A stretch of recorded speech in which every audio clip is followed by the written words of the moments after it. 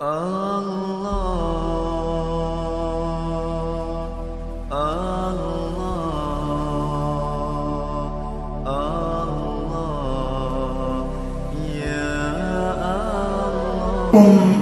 الله وبركاته.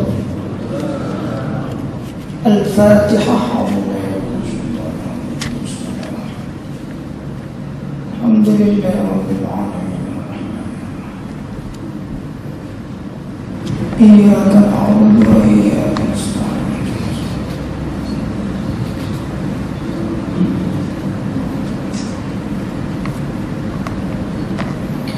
الحمد لله رب العالمين،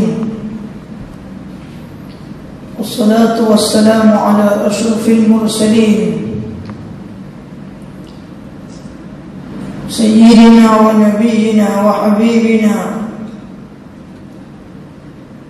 وشفيعنا وقرة أعيننا وطبيب قلوبنا وقدوتنا مولانا محمد سيد أهل الدنيا والأخرى، سيد الأولين والآخرين، سيد الأنبياء والمرسلين، وعلى آله وأزواجه وذرياته والتابعين لهم بإحسان إلى يوم لا ريب فيه، ثم أما بعد. وقال الله تعالى في القرآن بعد أعوذ بالله من الشيطان الرجيم، بسم الله الرحمن الرحيم،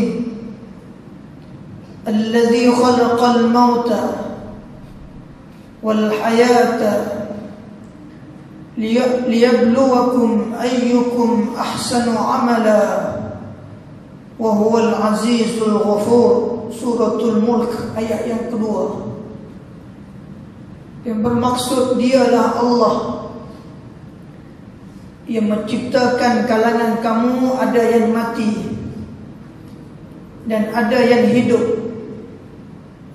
Apa tujuan? Tujuannya ialah liyabluwakum ayyukum ahsanu amala. Allah nak tengok, Allah nak lihat, Allah nak cuba siapakah amalan yang paling baik kalangan kamu manusia. Wa huwal azizul ghafur, dan dialah Allah yang maha gagah perkasa lagi maha pengampun sekalian dosa hamba-hambanya. Sadaqallahul azim. Suratul Mulk ayat yang kedua, awal juzuk yang ke-29 dalam Al-Quranul Karim. Alhamdulillah, summa alhamdulillah. Syukur pada Allah sebanyak-banyaknya dengan taufik dan hidayah, kesihatan yang diberi oleh Allah, dapat kita semua berkumpul di masjid sembahyang maghrib berjemaah, dan dipilih oleh Allah duduk dalam majlis ilmu bainal maghrib wal isya. Ini satu nikmat, satu anugerah, satu pilihan daripada Allah. Mudah-mudahan dengan keberkatan majlis ilmu ini diampun semua dosa kita oleh Allah Subhanahu wa ta'ala, insya-Allah.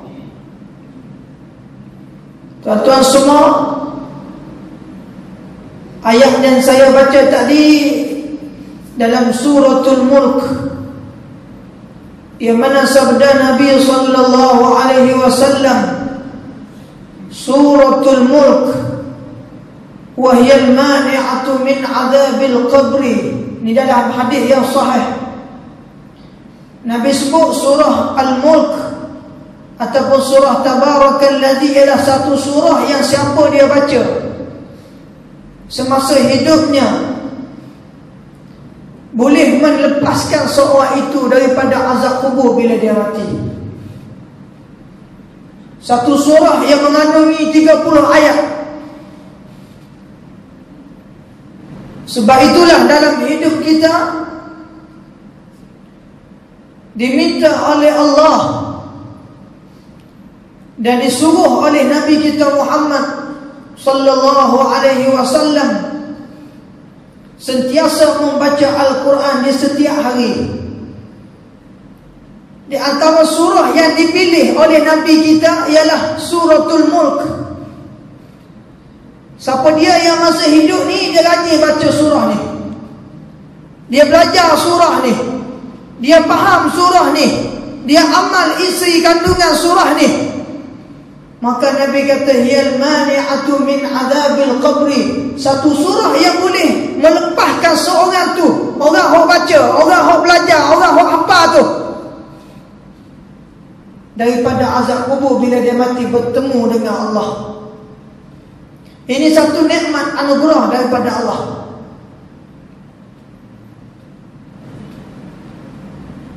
Ada seorang bila dia mati, semasa hidupnya dia selalu baca surah ni.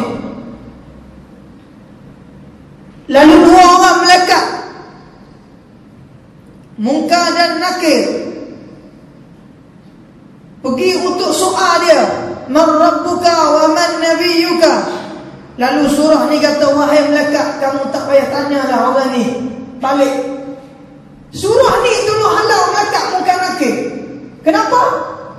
Sebab Nabi kata orang yang bila baca surah ni lah yang akan menjaga tuannya daripada segala azab kubur. Di antara azab kubur ialah didatangi oleh dua orang malaikat yang sangat galak, yang sangat huduh mukanya, iaitu Munkar dan Nakir. Munkar Nakir maknanya malaikat yang huduh. Huduh muka malaikat. Jikalau dilihat oleh manusia nescaya pengsan, rebah 300 tahun tak bangun, disebut dalam hadis. Huduhnya muka malaikat Munkar dan Nakir, yang nanti soal orang yang mati di dalam kubur. Nama pun Munkar Nakir, malaikat yang huduh.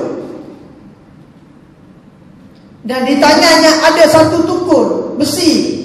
Jikalau dia hayung besi itu, tukul itu, nescaya hancur semua gunung yang ada di atas dunia ini. Itulah malaikat yang akan menyoal orang yang mati apabila orang itu tidak beriman kepada Allah. Adapun orang yang beriman, lalu malaikat yang datang kepadanya dengan rupa yang baik, dengan rupa yang elok. Maka sebab itulah di antara sebab orang yang boleh lepas daripada azab kubur bila mati ialah orang yang sentiasa membaca Suratul Mulk.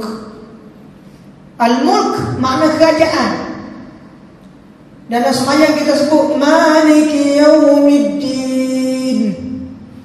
Dalam qiraat, kalau tuan-tuan mengaji ilmu qiraat, boleh baca dua wajah, Maliki Yaumiddin, dua harakat, ataupun baca Maliki Yaumiddin, tak ada harakat. Dua ni dua-dua betul. Contohnya kalau tuan-tuan dengar tu imam baca Ar-Rahmanir Rahim, Maliki Yaumiddin, betul, satu qiraat. Tetapi qiraat yang masyhur dibaca semua orang ialah dengan dua harakat, Maliki Yaumiddin, makna kerajaan. Al-Mulk makna kerajaan, Allah yang mempunyai kerajaan. Malik makna raja, hotullah ya. Tuan-tuan kalau belajar bahasa Arab, Al-Mulk makna kerajaan, Malik makna raja, Malik makna raja juga, Al-Mulk makna kerajaan. Sebab tu bila kita baca Tihah, dalam Tihah sebut Maliki Yaumiddin, Allah lah raja, Allah lah yang menguasai hari akhirat, hari pembalasan. Ad-Din makna agama, tapi diterjemah oleh mufassirin ad-din bermakna al-qiyamah, hari kiamat, ataupun ad-din bermakna al-akhirah, hari akhirat. Sebab apa? Sebab setiap benda yang kita buat atas dunia dibalas di akhirat mengikut agama, bukan mengikut fikiran kita, bukan mengikut akal, bukan mengikut nafsu kita, tetapi mengikut ad-din, mengikut agama yang telah ditetapkan oleh Allah, iaitu agama Islam. Jadi ini satu surah yang sangat besar di dalam Quran, yang disebut Al-Mulk, satu surah kerajaan, ya, sebagaimana disebut dalam Quran yang kita ulang baca dalam Fatihah, Maliki Yaumiddin ataupun Maliki Yaumiddin. Maliki, kaf ada bawah, baris bawah, Maliki. Banyak orang baca Fatihah kaf tak betul, Maliki Yaumiddin. Kalau baca Maliki Yaumiddin, kaf jadi mati, la yasih, tidak sah Fatihah. Ini masalah Fatihah ni kena belajar. Lebih-lebih lagi kita semayang, lebih-lebih lagi orang yang jadi imam, lebih-lebih lagi orang yang jadi ustaz, lebih-lebih lagi orang yang jadi ulama, mesti betul Fatihah. Dan banyak kita bila semayang, bila tak betul Fatihah, la yasih, bila tidak sah Fatihah, maka tidak sah semayang. Ini kena belajar. Fatihah ada 100 lebih huruf. Jikalau satu huruf tak kena daripada banyak surah Fatihah, la yasih, tidak sah semayang. Melainkan belajar. Sebab tu Quran satu kitab yang wajib baca dengan tajwid, satu kitab yang wajib baca dengan makhrajul huruf. Dan tidak ada kitab yang di atas dunia ni wajib kena baca dengan tajwid melainkan Quran saja. Kalau tuan-tuan baca surat khabar, sinar harian, metro, harakah, tak baca dengan tajwid, tak berdosa. Baca bahasa Melayu, tak berdosa. Bahasa Inggeris, tak berdosa. Tapi Quran, warattilil Qur'ana tartila. Apa makna tartil? Ulama tafsir beritahu, warattilil Qur'ana tartila ay bit tajwid. Wajib seorang itu baca Quran dengan tajwid, dengan ilmu yang diajar oleh para ulama. Lepas semayang tadi kita dengar imam kita sebut idgham ma'al ghunnah. Dalam hukum tajwid ada 5 wajib asas, setiap orang kena mengaji 5. Lebih dari 5 ni sunat, 5 ni wajib. Idgham ma'al ghunnah, idgham bila ghunnah, izhar halqi, ikhfa hakiki, iklab. Ni 5 ni hukum wajib dalam tajwid. Tiap-tiap orang kena reti mengaji hak ni. Lain pada 5 ni sunat. Mak aslinya, mak ewahnya, mak tu, mak ni banyak dalam Quran. Maka sebab itulah perlu pada ilmu, perlu pada belajar. Ni rumah dekat masjid pun tak mari orang buat kuliah. Bukan orang sini, orang Tamarakan. Orang buat kuliah tak mari. La ilaha illallah. Kadang-kadang rumah dekat ya masjid, tepi tu ya, tak mari. Sebab apa? Sebab Allah tak beri hidayah, Allah tak beri taufik. Ni kadang-kadang ramai mari ni orang jauh, orang bukan dalam taman ni pun duduk luar mari. Kenapa? Sebab dia dapat hidayah daripada Allah.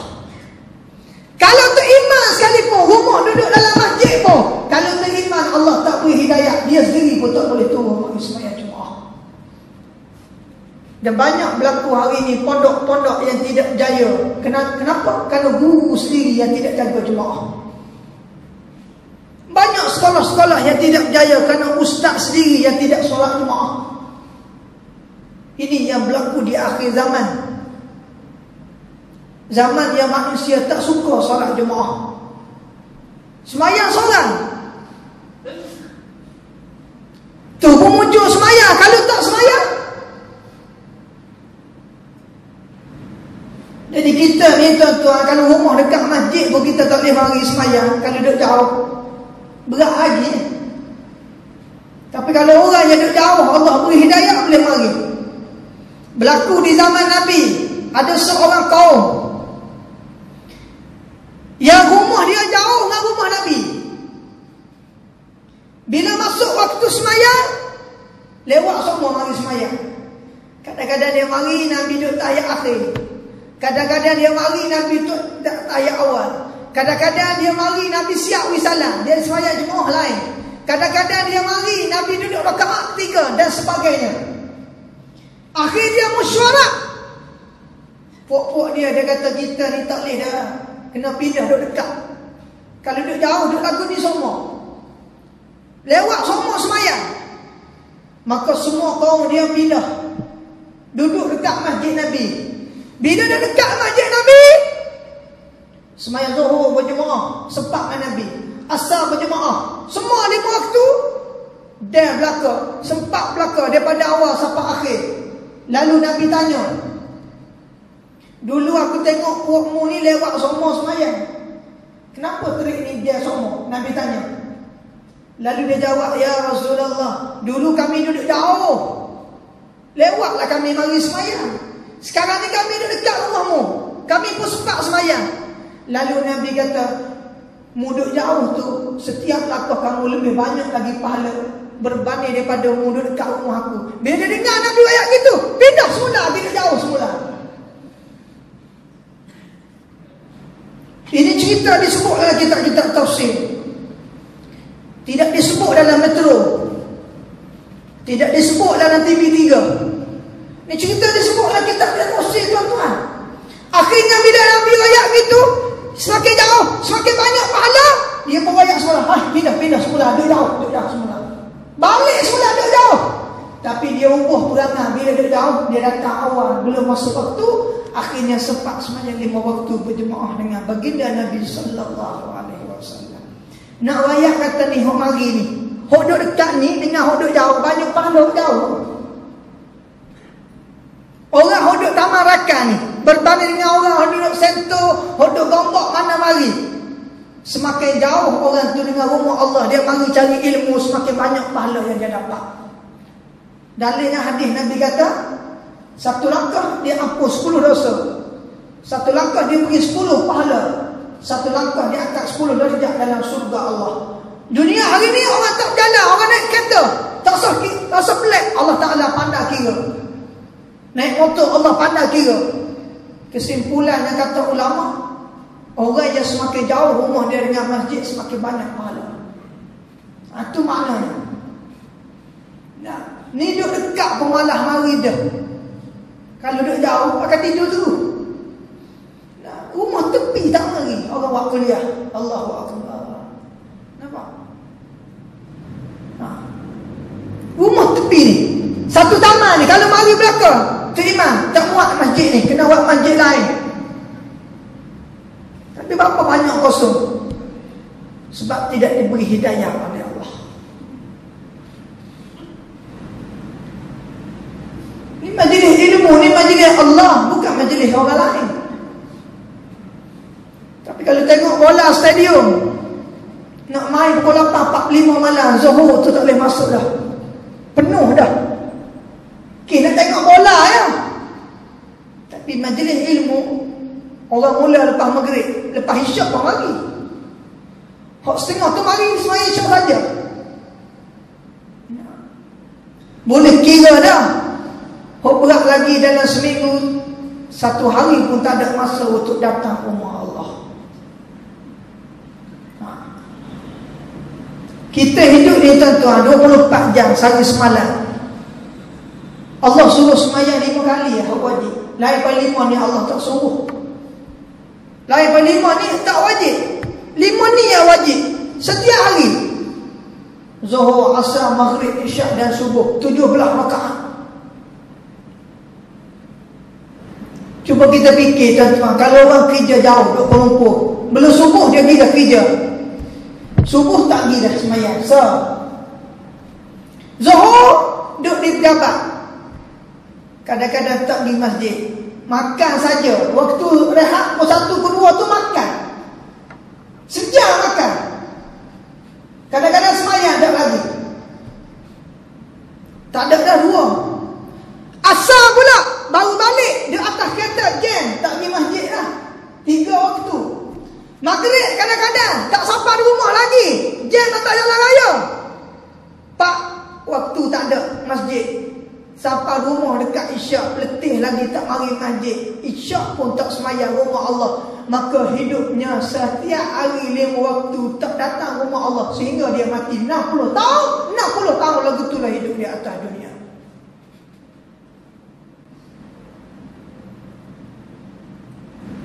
Guru saya di Yaman, Habib Salim bin Abdullah Asy-Syatiri hafizahullah, guru kepada Habib Umar bin Hafiz yang baru ni gagal tak boleh mari. program Habib Umar dia ganti oleh Habib yang lain. Guru saya di Yaman ni, Habib Salim, yang menghafal lebih daripada 100,000 hadis Nabi. Dia cerita ketika dia belajar di Mekah, ada orang rumah dia dekat Masjid Mekah, tetapi 60 tahun tak pernah solat walaupun satu waktu di Masjid Mekah. Pak pelik apa kalau orang duduk Tamarakan tak datang sembahyang? Pelik apa kalau orang duduk Malaysia tak mari masjid? Pelik apa kalau orang duduk Indonesia tak mari masjid? Ni rumah tepi Masjid Mekah, 60 tahun tak pernah sembahyang dalam Masjidil Haram. Ni guru saya cerita ketika saya belajar di Yaman. Nak sebutnya tuan-tuan, mari masjid ni bukan orang boleh mari, nak mari dah. Orang pilihan daripada Allah. Macam tu Imam Pengurusi baca tadi hadis Nabi, "Man yahdihillah fala mudhillalah wa man yudlilhu fala hadiyalah." Barang siapa yang Allah beri hidayah, tak ada orang boleh sesat. Siapa-siapa yang Allah sesat, tak ada orang yang perlu beri hidayah, tak ada. Hidayah ni milik Allah, bukan milik Nabi. Hatta Nabi sendiri tak boleh beri hidayah. Innaka la tahdi man ahbabta walakinna Allah yahdi man yasha' wa huwa a'lamu bil muhtadin. Sebab tu syukur pada Allah, boleh mari masjid ni satu nikmat anugerah daripada Allah. Saya baru ni buat istimak di Kelantan. Semasa istimak ulama tu penutup di Pondok Pasir Tumbuh tahun lalu dia jemput saya buat ucapan. Dalam ucapan di hadapan ribuan orang, saya beritahu satu ya. Kadang-kadang kita yang belajar dalam pondok ni, kadang-kadang yang duduk mengaji dalam pondok dah, kadang-kadang kita tak boleh jaga solat jemaah. Ini kerugian. Kalau kita duduk dalam pondok dah, kita tak boleh jaga jemaah. Kalau balik rumah, jangan harap boleh jaga jemaah. Ini nasihat yang selalu saya sebut bila saya pergi mengajar di mana-mana pondok. Semasa buat istimak baru ni, Istimak Ulama Nusantara, ada satu bahas kenapa pondok ni tak berjaya. Lalu saya kata, nak berjaya macam mana? Tok Guru sendiri tak sembahyang jemaah. Kadang-kadang Tok Guru pondok sendiri tak jaga jemaah. Nak berjaya macam mana? Sedangkan Tok Guru rumah dalam pondok, kadang-kadang kepala telaah kitab, ustaz yang alim boleh baca kitab, dia sendiri tak sembahyang jemaah dengan para pelajar.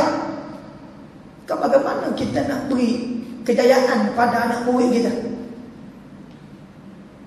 Sebab tu cara belajar ni, saya satu dunia saya berjalan. Saya tengok sistem mengaji di Mesir ke, di Jordan ke, di Indonesia, di Singapura. Kesemua sistem yang saya tengok tak boleh lawan di Yaman, Hadramaut. Dalam dunia hari ini, di Yaman satu tempat, Hadramaut, di Tarim khususnya, ada 360 buah masjid.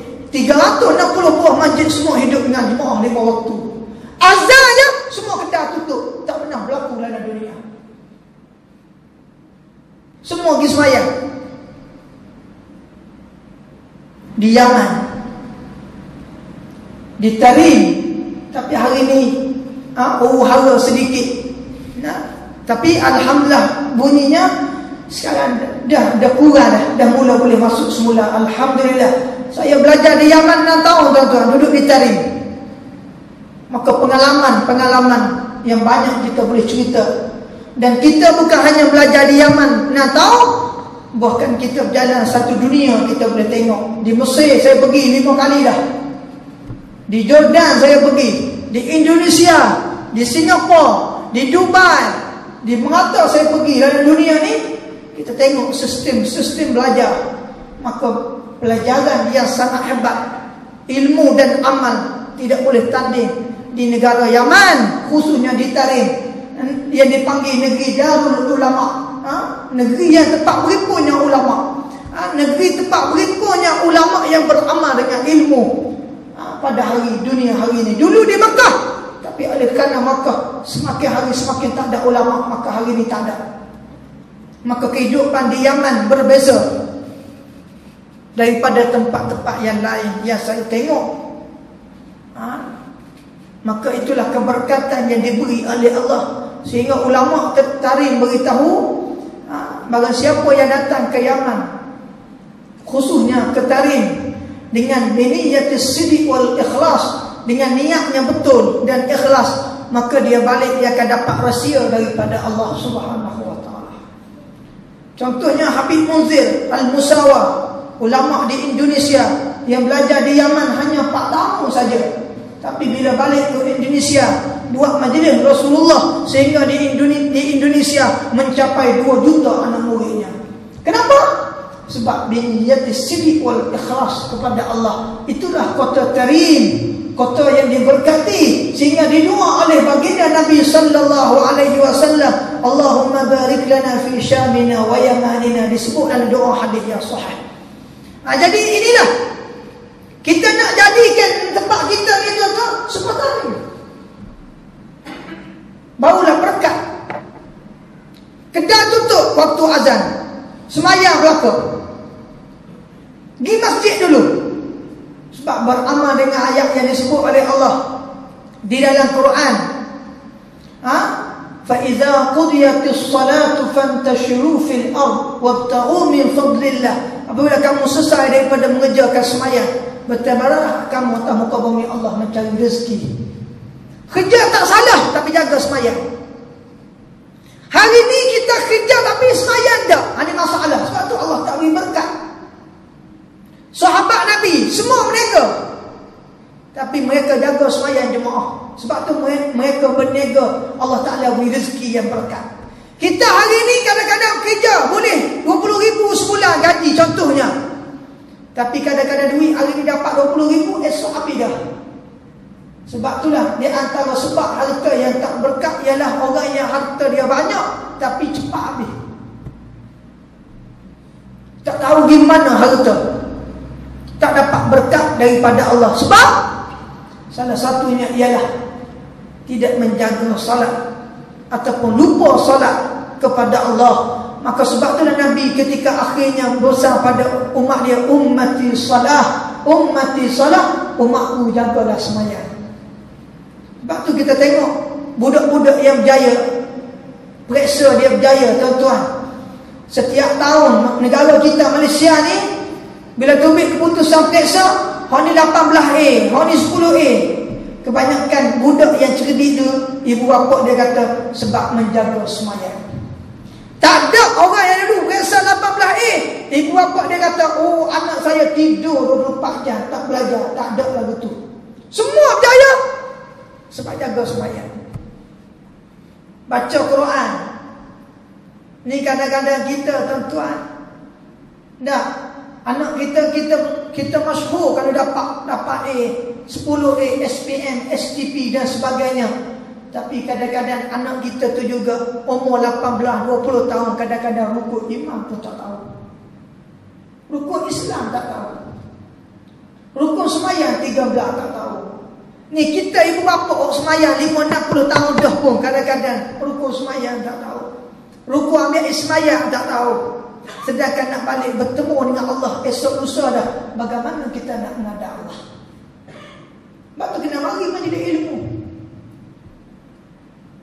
Ni kita ni akhir zaman ya tuan-tuan. Habib Umar dalam satu khutbah di Yaman, dalam khutbah Jumaat baru-baru ni, dia sebut kita ni dekat dah khurujud Dajjal, Dajjal nak keluar. Dalam khutbah yang dibaca oleh Habib Umar, dunia kita hari ni dekat dah dengan nak keluarnya Dajjal. Dajjal ada 2. Dia disebut dalam hadis yang sahih. Yang pertama, Dajjal yang mata dia sebelah buta, di atas dahinya kafir, boleh menyesatkan manusia. Hak ni mungkin lambat lagi. Tapi Dajjal yang kedua Nabi takut, iaitu al-ulama usuk, ulama yang jahat. Lebih aku takut daripada Dajjal. Dajjal aku tak takut sebab orang tahu, orang nampak tengok. Hak ni orang tak nampak tengok. Dia ulama, dia ada ilmu, dia pakai serban, pakai jubah, tapi usuk ulama tapi jahat. Ulama yang hubbud dunia, yang kasih pada dunia, yang disebut oleh baginda Nabi sallallahu alaihi wasallam, pagi mukminan wa yumsi kafiran. Paginya beriman, petanya kufur, kadang-kadang petanya kufur, malamnya beriman, dan begitulah sebaliknya. Limaza? Kenapa? Sebab Nabi kata ulama ni dia rela jual dunia, jual agama dengan mendapat sedikit daripada habuan dunia. Hak haram jadi halal sebab dapat duit. Hak halal jadi halal bila orang naikkan pangkat. Hak haram jadi halal bila dapat gaji yang lumayan. Maka ulama macam inilah yang disebut oleh baginda Nabi sallallahu alaihi wasallam, lebih aku takut, lebih aku usik akan menipu umatku di akhir zaman daripada Dajjal yang matanya buta sebelah, di atasnya tertulis kafir. Hak ni aku lebih takut daripada Dajjal itu yang disebut oleh baginda Nabi sallallahu alaihi wasallam. Hal ini timbul. Hak haram ulama dunia. Sebab aku ada jawatan. Kalau aku sebut orang buang kerja, maka ulama ni lah lebih dahsyat daripada Dajjal. Ini berlaku. Kalau sebut orang buang kerja, kalau sebut orang buang gaji, kalau sebut tak naik pangkat, akhirnya tutup aurat, sedangkan buka aurat tu haram, tapi dia ada dalil-dalil yang kok lain, sebut kok lain, kona juga, lari juga, sebab semata-mata supaya mendapat lumayan daripada dunia. Maka ulama macam inilah yang disebut oleh Al-Imam Al-Ghazali dalam kitabnya Al-Ihya Ulumuddin, satu bab yang khas bagaimana ulama-ulama usul yang akan timbul di akhir zaman. Wal-iyazubillah. Mudah-mudahan Allah selamatkan kita daripada perkara yang tersebut, dan mudah-mudahan Allah matikan kita semua dalam keadaan beriman pada Allah Subhanahu wa taala, insya-Allah. Baik. Itu satu. Yang kedua, ayat yang saya baca tadi dinyatakan allazi khalaqal mauta wal hayata liyabluwakum ayyukum ahsanu amala wa huwal azizul ghafur. Ayat yang kedua suratul Mulk. Ayat ini mengatakan allazi khalaqa, dialah Allah yang telah mencipta.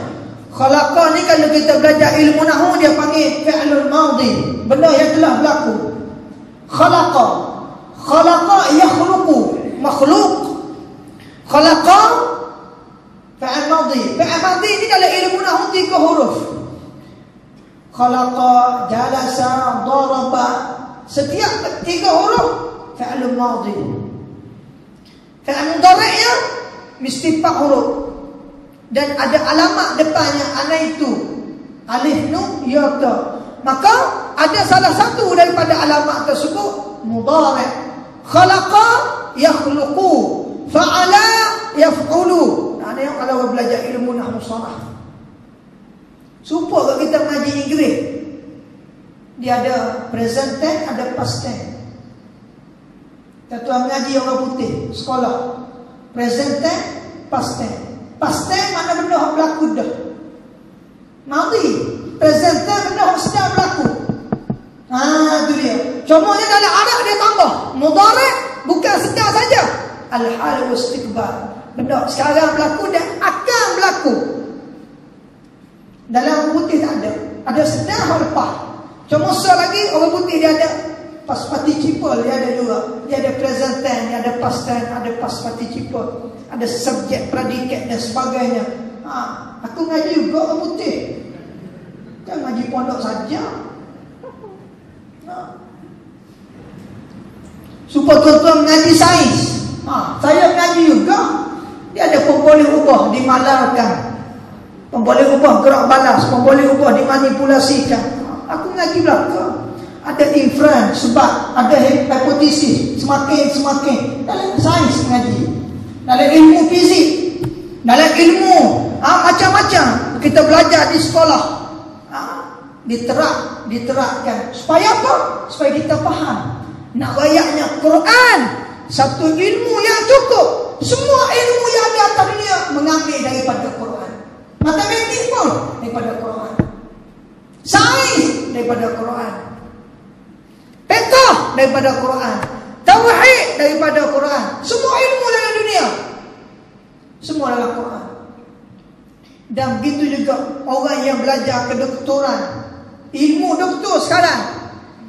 Kecil mani ubat macam ni, darah tinggi macam ni macam ni macam ni. Mari mana ilmu tu? Mari daripada Quran. Allah sebut, wa nunazzilu minal Qur'ani ma huwa shifaa'un wa rahmatun lil mu'minin wa la yazidu adh-dhalimina illa khasara. Tak buka Quran dalam surah Isra ada ayat ni. Kalau buka Metro tak ada. Ni Quran sebut, wa nunazzilu minal Qur'an ma huwa shifaa. Kami turunkan Quran. Apa tujuan? Ma huwa shifaa. Quran jadi penyembuh, jadi ubat bagi kamu. Wa rahmatul lil mu'minin, dan rahmat bagi orang beriman pada Allah. Kalau tak beriman tak jadi. Wa la yazidu adh-dhalimina illa khasara. Dan Quran itu bertambah rugi kepada orang yang menzalimi akan Allah. Kalau orang zalim, baca Quran tak jadi ubat, ayat Quran tak jadi ubat. Tapi kalau orang mukmin dengar ayat Quran, mereka takut pusing kepada Allah. Idza dzukirallahu wajilat qulubuhum wa idza tuliyat alaihim ayatuhu zadatuhum imana wa ala rabbihim yatawakkalun. Ini disebut oleh Allah dalam Quran. Jadi Allah ni apa dia? Allazi khalaqa, yang mencipta. Semua benda yang ada atas dunia ni Allah buat.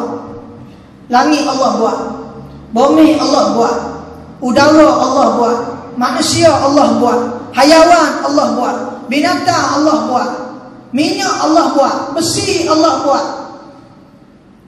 tanah Allah buat. Tak ada benda yang Allah tak buat. Semua allazi khalaqa, dia yang buat. Dialah yang mencipta. Yang menciptakan makhluk ni Allah. Kita buat juga, tapi Allah tak panggil buat, Allah panggil proses. Contohnya isteri kita di rumah buat kuih ataupun buat air teh-o, buat Milo, buat susu. Baik, kita soal lagi. Kita buat air teh-o, kita kata kita buat. Tak, tu proses. Kalau kita kata kita buat, air siapa buat? Air, mari mana air? Siapa dia boleh buat air? Tak ada kerajaan kat dunia yang boleh buat air. Tak ada sains yang boleh buat air. Matahari siapa buat? Bulan siapa buat? Bintang di langit siapa buat? Tak ada orang boleh buat. Allazi khalaq, dialah Allah yang mencipta. Allah ni bukan proses, yang mencipta. Benda yang tak ada, Allah buat ada. Hantu Allah. Kita ni buat benda yang ada dah, buat hari. Maka tak panggil buat, lah panggil proses. Jam pukul dah, isyak masuk. Tok Bilal dia azan dulu. Mana Tok Bilal? Azan. La ilaha illallah. Jadi Allah ni allazi khalaq, Allah yang mencipta, Allah yang membuat, Allah lah yang mengadakan makhluk semuanya minal adam ilal wujud, daripada tak ada kepada ada. Adapun manusia semuanya buat benda yang minal wujud ilal wujud, daripada ada kepada ada. Ada dah buat, maka itu orang tak panggil buat, orang panggil proses. Allah minal adam ilal wujud, buat suatu benda ni, makhluk daripada tak ada kepada ada. Itu hebatnya Allah. Sebab tu dia panggil allazi khalaq, Allah lah yang mencipta. Dalam ayat ni dia kata apa dia Allah buat? Antaranya al-mauta wal hayata liyabluwakum ayyukum ahsanu amala wa huwal azizul ghafur. Ini disebut Antara benda yang Allah buat ialah al-mauta wal hayata. Dua benda. Antara benda yang Allah buat atas dunia ni ada dua. Apa dia dalam ayat ni? Yang pertama dia kata al-mauta. Allah lah yang buat orang tu mati. Dalam banyak-banyak benda Allah buat atas dunia ni, orang mati. Mati ni kalau bukan Allah, boleh tak nak buat sendiri mati? Boleh. Kalau nak buat sendiri mati, tentu dah. Kalau boleh pun tak ada orang nak. Siapa nak mati angkat tangan? Ada nak? Tanya doktor tak saya mati? Mati juga doktor. Padahal ubat penuh hospital, mati juga. Tulis di hospital spesialis. Di Kuala Lumpur ni banyak hospital yang hebat-hebat, spesialis. Maknanya hospital yang paling baik, mati juga. Siapa dia yang buat mati? Allazi khalaqal mauta. Allah lah yang cipta. Manusia tak boleh buat. Kalau manusia boleh buat mati pun, manusia tak boleh mati. Nasib dia gitu. Tuan-tuan baca dalam zikir lepas subuh. Qulillahumma malikal mulki tu'til mulka man tasha'u wa tanzi'ul mulka mimman tasha'u wa tu'izzu man tasha'u wa tudhillu man tasha'u biyadikal khair innaka ala kulli shay'in qadir. تولج الليل في النهار وتولج النهار في الليل وتخرج الحي من الميت وتخرج الميت من الحي وترزق من تشاء بغير حساب. Lepas subuh sunat zikir. Siapa dia baca hadis istiqamah tiap-tiap lepas subuh, mata alal iman, mati dari iman. Ni subuh pukul 8 baru bangun. Nak zikir lah kawan. Nampak? Ni ayat Quran disebut dalam zikir tu. Allah Ta'ala ni menciptakan malam, menciptakan siang. Allah boleh buat orang ni hidup, Allah boleh buat orang ni mati. Jadi banyak-banyak benda yang Allah buat. Al-mauta, mati. Nabi Isa bin Maryam, Allah beri mukjizat boleh menghidupkan semua orang mati. Orang mati dah boleh hidup semula. Ini mukjizat yang Allah beri Nabi Isa ibnu Maryam.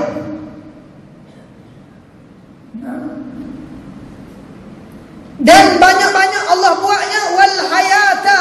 Allah buat hidup.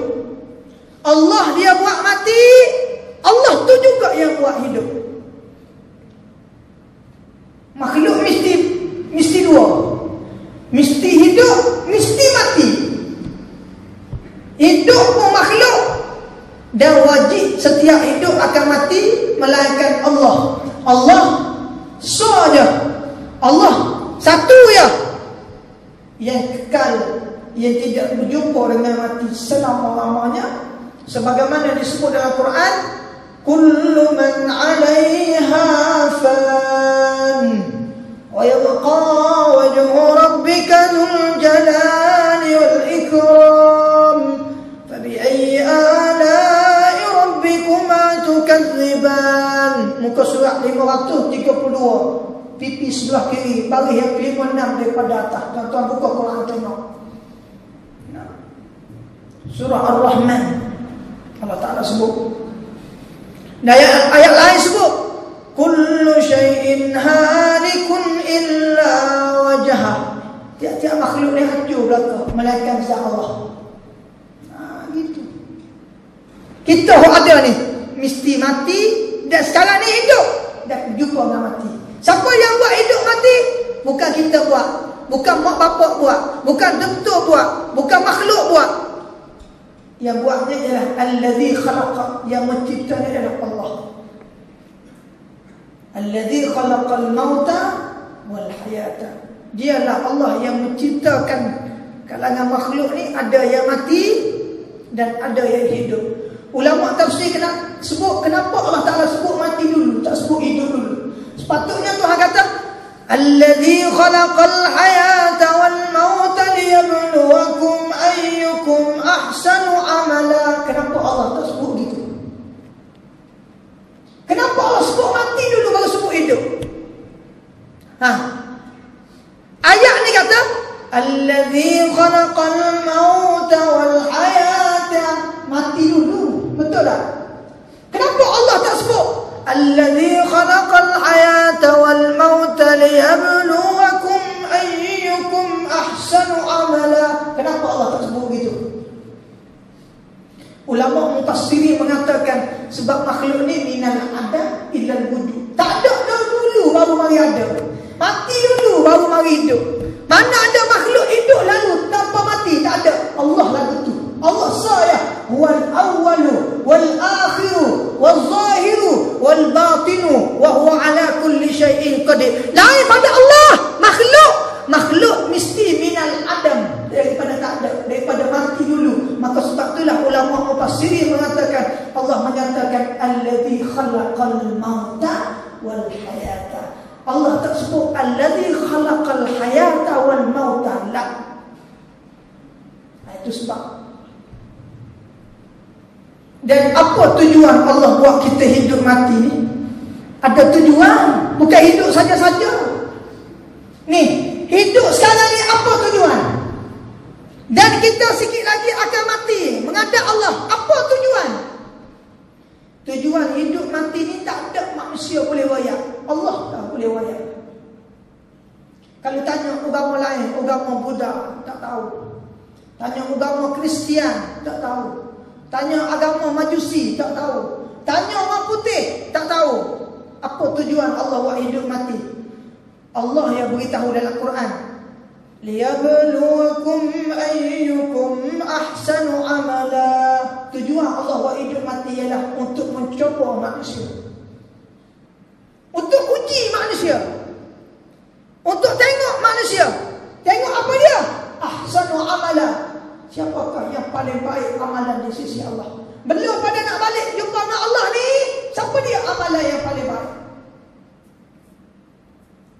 Bangsa Allah tak kira Cina ke, India ke, Pakistan ke, dah Allah kira liyabluwakum ayyukum ahsanu amala. Allah uji siapakah amalan yang paling baik. Wa amal yang paling baik. Siti Aisyah isteri Nabi, satu hari dia tanya Nabi, apakah amalan yang paling baik ya Rasul? Lalu Nabi kata, adwamuha wa in qalla. Kamu buat istiqamah walaupun sedikit. Contohnya kita baca Quran tiap-tiap hari, walaupun sedikit baca semua, maka itulah amalan yang paling baik, kata Nabi. Dan banyaklah riwayat hadis yang berbeza mengenai dengan amalan yang paling baik. Ada riwayat amalan paling baik sembahyang di awal waktu. Amalan yang paling baik hormat pada ibu bapa. Amalan yang paling baik berjihad jalan Allah. Banyak riwayat hadis. Yang pentingnya setiap hari kita ni, hidup kita, supaya kita mencari bekalan, sebaik-baik bekal nak bawa berjumpa dengan Allah. Bukan bawa harta, bukan bawa anak, bukan bawa isteri rumah, dah tak bawa belaka.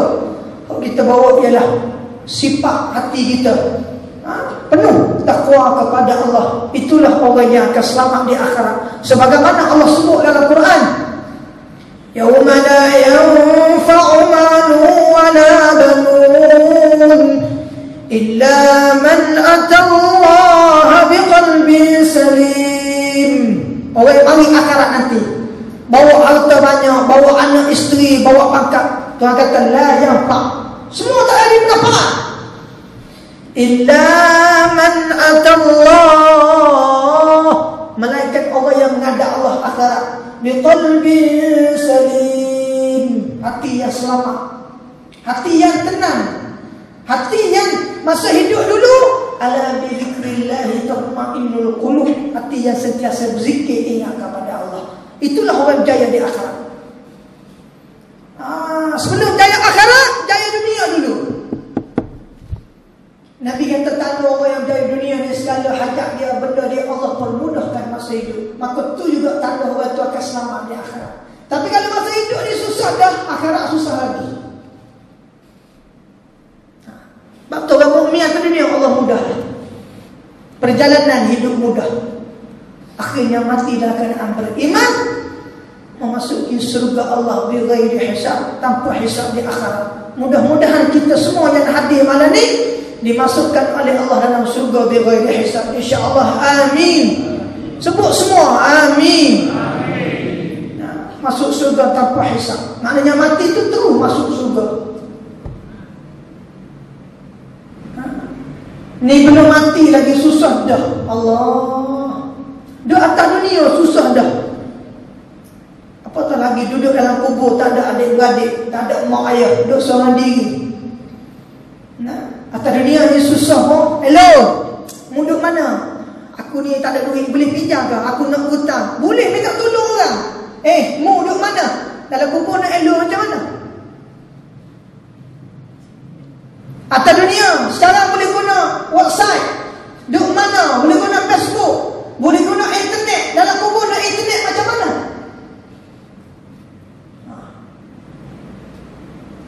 Allah Ta'ala sebut dalam Quran, Yawma yafirru min akhihi. Dalam Quran disebut oleh Allah. Dalam Quran ni disebut bahawa ahli akhirat nanti manusia ni adik-beradik tak kenal. Wa ummihi wa abihi wa sahibatihi wa banihi. Anak tak tahu mana, adik-beradik tak tahu mana, mak ayah tak tahu mana. Likulli imri'in minhum yawma idzin sya'nu yughni. Tiap-tiap orang itu seorang diri masing-masing datang bertemu dengan Allah. Mati masuk kubur seorang. Takut ya, tuan-tuan. Tak usah kira hidup lah. Tuan-tuan balik rumah lepas ni, tutup semua lampu, duduk seorang. Jangan bagi ada seorang pada rumah kita. Dia duduk lain belakang, kita duduk seorang. Lah ke mana? Tu hidup lagi. Tak mati dah. Takut dah. Apatah lagi duduk dalam tanah, gelap gelita, ditutup dengan kain, ditutup dengan papan, dikampung dengan tanah, duduk dalam kubur. Nak lari mana? Aynama takunu yudrikumul maut walau kuntum fi burujin musyayyadah. Di mana kamu berada mati kejar, mati ikut, mati cari. Walau kuntum fi burujin musyayyadah. Walau kamu duduk dalam bangunan istana yang hebat, pasti kamu akan mati bertemu dengan Allah. Nak lari mana? Kereta 5 biji bawa garah tinggal bila mati. Anak 10 orang, gaji puluh-puluh ribu sebulan, tinggal mati. Rumah besar, 18 bilik rumah. Duduk 2 orang yang 18 bilik. Duduk suami isteri, rumah 18 bilik, 17 bilik lagi, satu toyo duduk. Punya besarnya rumah atas dunia, tapi mati tinggal. Allahu Akbar. Atas dunia punya hebatnya pangkat, tak cukup atas bau ni. Dengan bunga padinya, dengan kerih bersinar lagi. Lepas tu dada lagi ni, ada netek lagi ni, biru lagi, kuning lagi, hijau lagi, kelabu. Begini, berat, baju pun 5 kilo. Bubuh pangkat besarnya, tapi mati bawa dak pangkat tu, bintang tu. Tak bawa. Walaupun satu bintang kamu tinggal di atas dunia, kamu bawa hanya tubuh kamu daripada hujung rambut pada hujung kaki. Summa tuwaffa kullu nafsin ma kasabat wa hum la yuzlamun. Allahu Akbar. Balik bertemu dengan Allah. Dulu mari telanjang ke dunia, balik bertemu Allah masuk kubur pun telanjang, kata ulama. Mari dunia dulu telanjang. Anak orang kaya, raja mana pun beranak telanjang. Dan masuk kubur juga telanjang. Kalau orang tak tulu kapal, telanjang bogel gitu. Nasib baik orang hidup ya, tulu kapal. 3 helai laki-laki dan 5 helai perempuan. Masuk kubur menghadap Allah dalam keadaan telanjang. Walaupun kita hebat, kita kaya semasa hidup dunia, kembali bertemu dengan Allah dengan tidak dia berkata. Maka sebab itulah dinyatakan oleh Allah, liyabluwakum ayyukum ahsanu amala. Tujuan Allah cipta hidup mati ialah untuk melihat, untuk menguji manusia siapakah amalan yang paling baik. Ujung ayat itu Allah menyatakan, wa huwal azizul ghafur. Azizu, kalau kita belajar ilmu tajwid dalam Quran ada dua huruf. Zai ada za. Zai ada za. Zai dua huruf. Za kecil, za besar. Kalau kita kata bagi za kecil, za besar. Hok za kecil tepuk dia za. Ujung lidah ni duduk gigi atas. Za. Kalau za besar sebut zai. Maka sebut ayat ni wa huwal azizu. Azizu. Sebab apa? Za besar. Jangan sebut wa huwal azizu, tak jadi, tak betul. Wa huwal azizul ghafur. Nah, tu kena belajarlah tajwid. Belajar sendirilah. Ni dah hidup 50 tahun dah. Allah, terah tak betul lagi. Lagu mana nak menghadap Allah mati? Fikir sendiri. Allah beri peluang hidup ni, cari ilmu, belajar.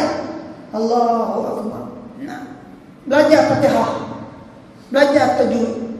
Alhamdulillah, nasib baik. Saya belajar umur 7 tahun habis dah Quran 30 juz. Umur 7 tahun Allah beri. Umur 10 tahun ayah mati. Umur 12 tahun boleh mula mengajar. Maka sebab tu sampai hari ni dipanggil ustaz muda, kerana di usia yang muda saya mula mengajar ketika saya umur 12. Sekarang umur 27, tua lah, nak mati. Umur 12 mula mengajar. Sebab tu orang panggil ustaz muda. Sampai sekarang budak lagi, padahal tua dah. Nak kahwin, nak dapat anak dah sikit lagi. Nak budak lagi, tak ada masalah. Itu nama yang Allah beri. Nak macam mana? Umur 7 tahun saya telah habis belajar Quran 30 juzuk. Umur 7 tahun. Umur 10 tahun ayah meninggal dunia. Umur 12 tahun mula mengajar, berdakwah. Sekarang umur 27 dan sekarang sedang membuka satu tempat pengajian pondok di rumah saya di Kelantan, yang mana sekarang ni tak siap lagi, masih lagi memerlukan derma daripada adik kakak semua. Jadi sebelum daripada kita berhenti kuliah, kita nak cerita sikit. Sekarang ni tuan-tuan, saya baru tamat mengaji di Yaman awal tahun 2015 baru ni. Saya mula belajar di Yaman tahun 2009 sampai 2015. Maknanya 6 tahun kita berada di bumi Tarim, bumi yang tepat Al-Habib Umar bin Hafiz, ulama dunia yang masyhur sekarang, dan beberapa lagi ulama-ulama yang besar yang saya sempat belajar. Di antaranya yang saya sempat belajar ketika saya di Yaman ialah Al-Habib Sa'ad rahimahullah, yang mengarang kitab lebih daripada 100 buah kitab.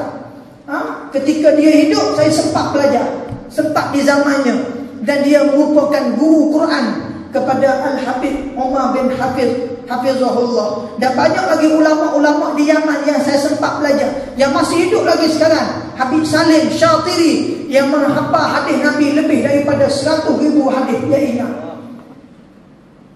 hafal hadis Nabi 100,000. Kita semua pun tak ingat. Ni 100,000 hadis hafal dengan sanad sampai Rasulullah sallallahu alaihi wasallam. Dan ketika saya nak balik baru ni, dia beri ijazah buku kitabnya kepada saya. Dia ijazah segala ilmu yang kita belajar di Yaman, di ijazah diberi. Dan sekarang ni setelah saya tamat belajar di Yaman, sekarang saya sibuk dengan berdakwah di merata-rata tempat di Malaysia dan juga negara Thailand. Kalau tuan-tuan tengok dalam YouTube, di Thailand ini ada kuliah saya yang mencapai kehadiran lebih daripada 50,000 orang yang hadir. Kita nak buat kuliah pukul 10 malam, asar tu ada dah orang mari semayang di Padang. Waktu asar tu tak boleh masuk dah. Di Thailand kita buat kuliah lama tuan-tuan. Ni Taman Rakat duduk sini tak saya mari. Rugilah. Di Thailand kalau dengar ustaz budak nak pergi, penuh dengan polisnya, dengan askarnya, dengan raja negeri pun datang. Sebab itulah bila saya buat kuliah di Thailand, sambutannya sangat hebat. Dan sekarang ni tuan-tuan, saya tengah buat masjid 2 tingkat di rumah saya di kampung Paluh Rawa Macang. Kalau tuan-tuan pergi Kelantan, daripada bandar Macang 10 minit, dekat ya. Daripada bandar Tanah Merah pun 10 minit. Kota Baru jauh. Jadi kalau tuan-tuan pergi Kelantan, tanya orang, mana kan ustaz budak rumah dia masjid, orang tahu belaka. Kalau tak tahu, nak mati. Kalau orang Kelantan tak tahu ustaz budak tu, bukan orang Kelantan. Jadi saya orang kenal belaka. Jadi sekarang masjid kita tak siap lagi, dia tengah buat. Dan insya-Allah masjid saya dijangka siap pada bulan April, bulan 4 tahun depan ni. Dan saya nak kahwin bulan 3 ni tuan-tuan. Bulan 3 nak kahwin. Orang dekat ni ya, orang Putrajaya. Nanti aku baru yang semula buat. Jadi bulan 4 tu masjid kita siap. Dan bulan 6 puasa. Bulan 7 raya, lepas hari raya kita akan mula masukkan pelajar. Dan belajarnya free. Daripada umur 12 sampai mampu. Tak ada lagi orang buat, saya seorang baru buat. Daripada umur 12 sampai mati nak belajar pondok saya. Free, tak kena bayar 1 sen pun. Air tak kena bayar, api tak kena bayar, mengaji ya. Tapi tuan-tuan saya makan sendiri, minum sendiri. Kalau mengaji pun beri, maka aku tolong beri, apa kerah aku pula. Jadi kita sekarang dah tengah buat masjid. Jadi saya minta semua yang hadir, semua ni pakat pergi di rumah lepas sembahyang isyak nanti, boleh dah insya-Allah. Kita minta pihak masjid kita sediakan 2 sejadah. Satu di tengah ni untuk muslimin dan satunya untuk muslimat lepas sembahyang isyak ni insya-Allah. Di rumah ni tuan-tuan, sebenarnya kalau saya nak minta dengan seorang pun, orang boleh bagi 1 juta, 2 juta. Tapi saya tak mahu lagu tu. Sebab apa? Sebab kita buat masjid, kalau kita minta orang ni 1 juta, dia yang boleh pahala. Orang lain tak boleh. Orang lain tak bagi. Sebab tu saya tak suka lagu tu. Saya suka mengajar mana-mana saya minta di rumah, orang ikhlas nak bagi berapa. Orang ni bagi RM2, orang ni bagi 10, orang ni bagi 100. Maknanya orang yang bagi tu dia ada saham sampai akhirat walaupun dia mati. Untuk masjid itu. Kalau kita nak minta 1 juta, kita boleh jumpa dah Datuk ni bagi 1 juta. Tapi kita tak mahu, kita kutip. Dan sekat saya dah usaha kutip ni, dan sekarang kita dapat hampir 800,000 di rumah. Yang saya kutip dalam masa 4 bulan saja masa. Bermula dalam bulan 5 baru ni kita mula kutip di rumah. Sampai sekarang Thailand dan Malaysia kita dapat hampir lebih kurang 700,000, 800,000. Dan insya-Allah mana hari ni di rumah belaka. Tapi jangan bagi RM1, dapat siap masjid aku. Bagi banyak. Jangan suka tak bagi. Jadi insya-Allah lepas sembahyang kita minta pihak masjid letak 2 sejadah. Satu di tengah ni muslimin dan satu muslimah. Dan insya-Allah ada zakat bagi, ada derma bagi RM100, RM100 orang, 50 orang insya-Allah. Baru cepat siap insya-Allah. Mudah-mudahan Allah beri tambah lagi rezeki pada tuan-tuan semua insya-Allah. Dan yang keduanya, program kita di Kuala Lumpur ni seminggu saja berada di Selangor ni. Hari ni hari yang kedua. Ada lebih kurang 8 hari lagi. Bermula daripada 2 hari bulan kemarin sampai 10 hari bulan. Dan malam esoknya 3 hari bulan, esok 4. Esok 4 hari bulan. Malam besok di Masjid Kampung Nakoda, Selayar, Batu Ke. Dan lusanya Masjid Simpang 3 Gombak. Dan seterusnya adalah akan disebar dalam Facebook nanti pada tuan-tuan semua insya-Allah. Wallahu a'lam. Jadi sekadar itu, kita jumpa lagi pada masa-masa yang akan datang. Dan insya-Allah tuan-tuan lepas solat isyak nanti bolehlah pakat di rumah semua, dan ataupun nak pergi pada saya sendiri pun boleh insya-Allah. A'udzubillahi minasyaitonirrajim. Bismillahirrahmanirrahim. Allahumma khtim lana bi husnul khatimah. Ya Allah, matikan kami semua dalam keadaan yang baik ya Allah. Wa la takhtim alaina ya Allah bi su'il khatimah. Ya Allah, jangan matikan kami dalam keadaan yang jahat ya Allah. Ya Allah, matilah kami dalam keadaan mulut kami dapat mengucap 2 kalimah syahadah, iaitu la ilaha illallah Muhammadur Rasulullah. Ya Allah, matilah kami dalam keadaan mata kami dapat lihat wajah Nabi kami yang cantik ya Allah. Ya Allah, matilah kami bila kami masuk kubur ya Allah, jadilah kubur kami taman-taman syurga ya Allah. Jangan kamu jadikan kubur kami satu lubang neraka ya Allah. Ya Hayyu ya Qayyum ya Dzal Jalali wal Ikram. Allahumma ansur ikhwanana al-mustad'afin fi Palestin wa fi Gaza wa fi al-Iraq wa fi al-Yaman wa fi Misr wa Sudan وفي تايلاند وفي إندونيسيا وفي ماليزيا وفي كل مكان وفي كل زمن يا رب العالمين. يا حي يا قيوم يا ذا الجلال والإكرام أمتنا على دين الإسلام. Wahai Tuhan yang maha mulia, wahai Tuhan yang maha mulia, wahai Tuhan yang mempunyai kebesaran, ya Allah, matilah kami dalam agama Islam ya Allah. Ya Allah, matilah kami dalam keadaan kami terima segala amal kami dengan tangan kanan di akhirat nanti ya Allah. Ya Allah, tegakkanlah kaki kami ketika kami lalu di atas tiang sirat di akhirat nanti ya Allah. Ya Allah, berilah kami dapat minum air kolam Nabi kami, yang mana Nabi kami sendiri tuang air dengan tangannya dalam gelas kami akhirat nanti ya Allah. Ya Hayyu ya Qayyum ya Dzal Jalali wal Ikram. Ya Allah, matilah kami dalam keadaan semua dosa kami mu ampun ya Allah. Ya Allah, matilah kami dalam keadaan semua taubat kami kamu terima ya Allah. Matilah kami dalam keadaan segala amal yang kami buat atas dunia kamu terima semuanya ya Allah. Ya Rabbal Alamin. ربنا آتنا في الدنيا حسنة وفي الآخرة حسنة وقنا عذاب النار وقنا عذاب النار وقنا عذاب النار وادخلنا الجنة مع الأبرار يا عزيز يا غفار يا ستار يا راحم المساكين وذا قوة المتين يا أول الأولين ويا آخر الآخرين. وصلى الله على سيدنا ونبينا محمد وعلى آله وصحبه وسلم. سبحان ربك رب العزة عما يصفون وسلام على المرسلين والحمد لله رب العالمين. تكبير الله.